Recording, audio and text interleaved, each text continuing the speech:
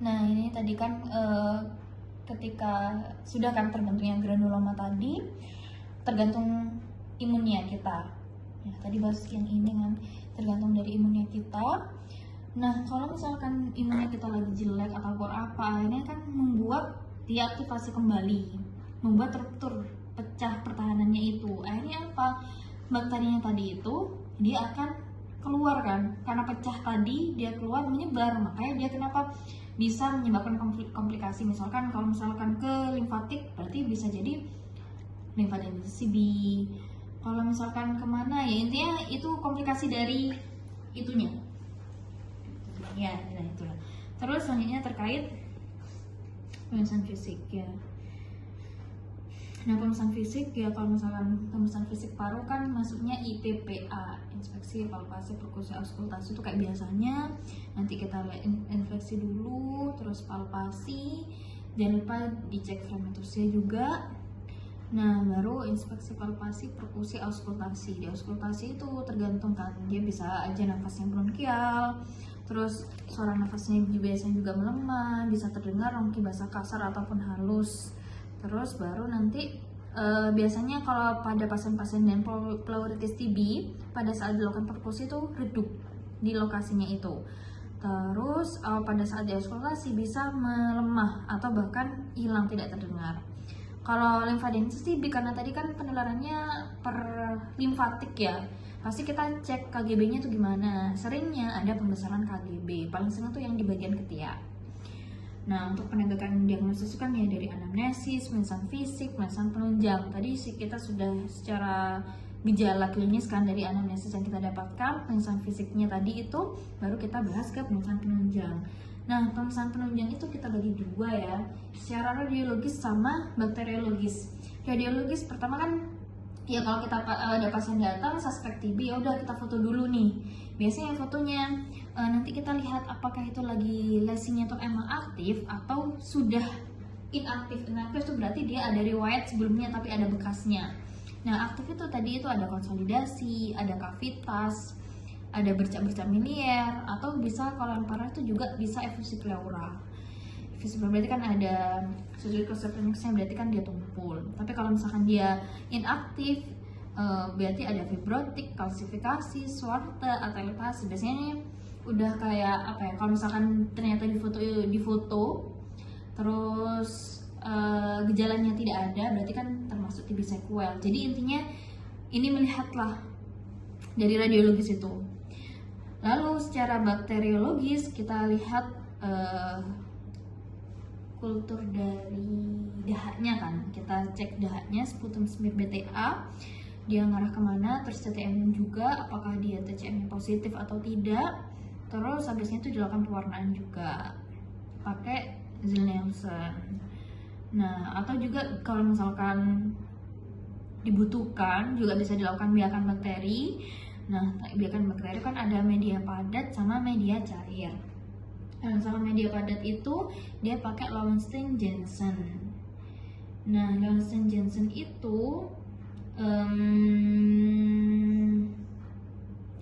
itu yang sensitivitas dan spesifisitasnya itu tinggi, sekitar 95-98%. Gitu.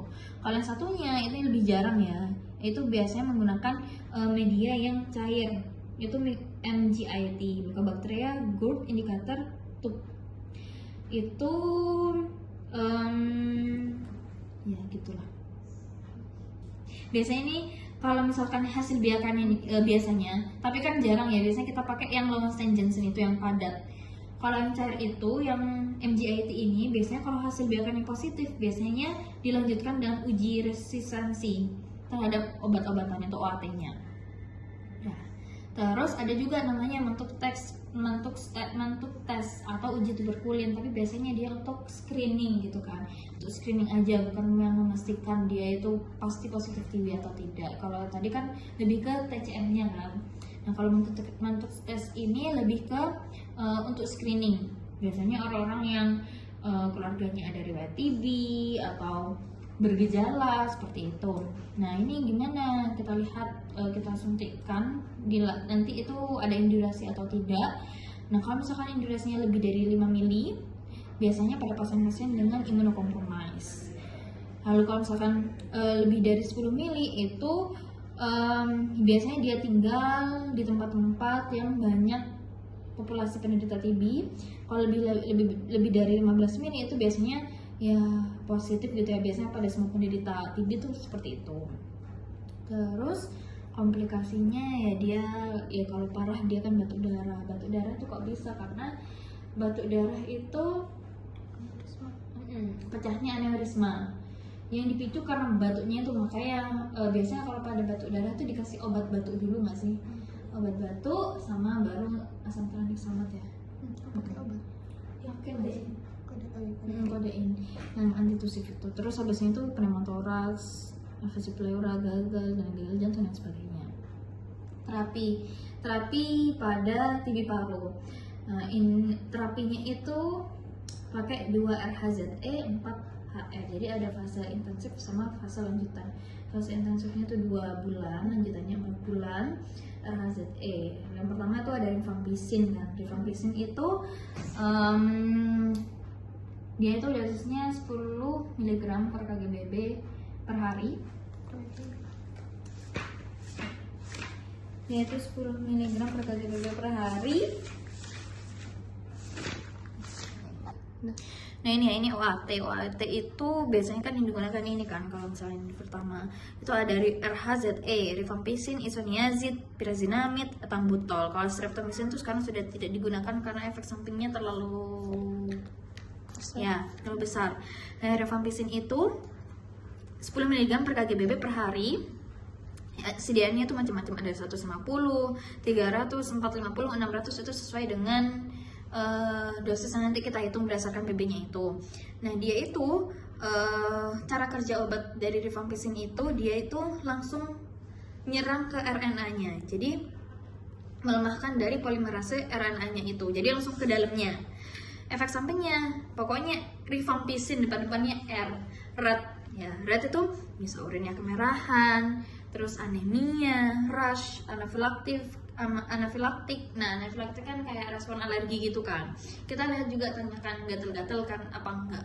Kalau misalnya dia gatel-gatel, ada ruam enggak? Kalau misalnya dia tidak ada ruam, maka gak apa-apa kita berikan anti alergi.